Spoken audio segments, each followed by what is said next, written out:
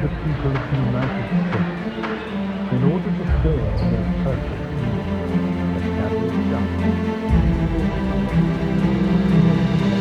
liberty for ourselves and our posterity. We will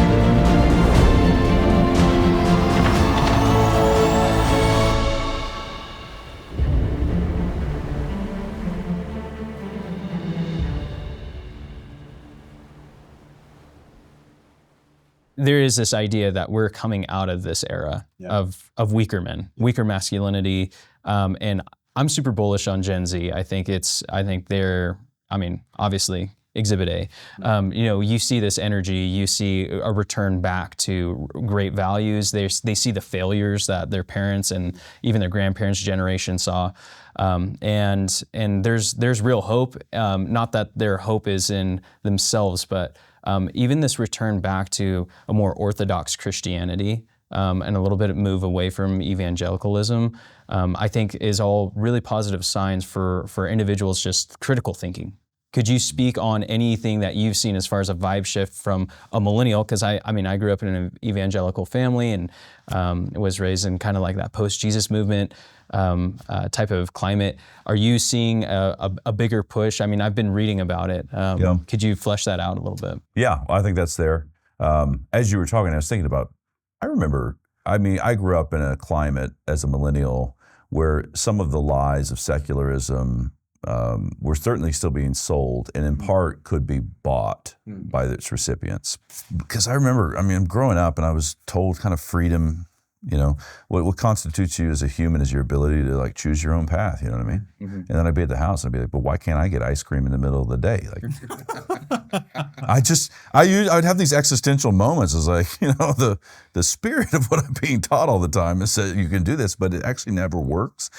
And I think the Zoomers there's no more fight. The Zoomers, it's just blatant secularism's dead. They know that freedom is not going to be found in some kind of self-actualization or some expression of my own identity. And they just know that's dead.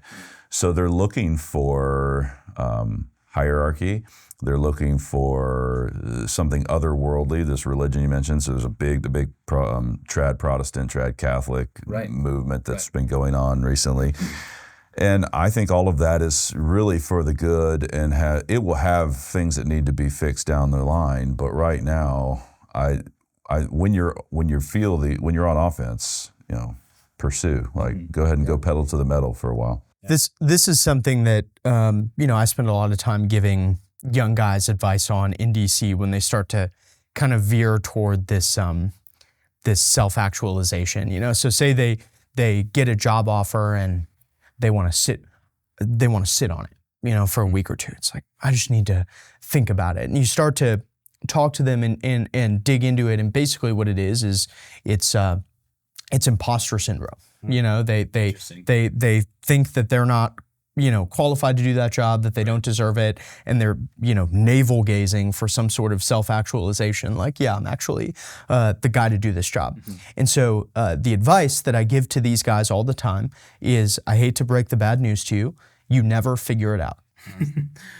Never.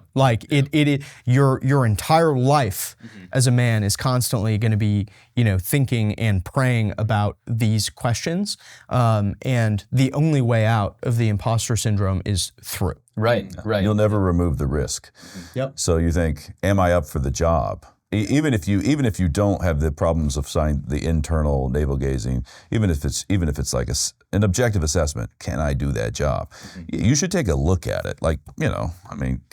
Are you fairly equipped for it? But it'll never be a perfect mathematical equation. Mm-hmm. You'll never be able to rid the risk of the opportunity, or rid the opportunity of the risk. You're just gonna have to go. That's a really good word, and I see more and more of that spirit. We do this with our sons. Good parenting. You have to be behind them and for them no matter what they're doing. Mm. So you're pulling those 3-pointers and you've missed like 4 or 5. It's a halftime. What do? Pull the trigger some more. You know what I mean? Like, what? But I've missed 4 or 5. Yeah, but you make 0% of the shots you never take. Yeah. You see? You go out there and I'm talking about go. And if you get that going, that's how I mean, that's how the great heroes have been made. They just kind of, you're gonna have to keep falling down, get back up kind of thing.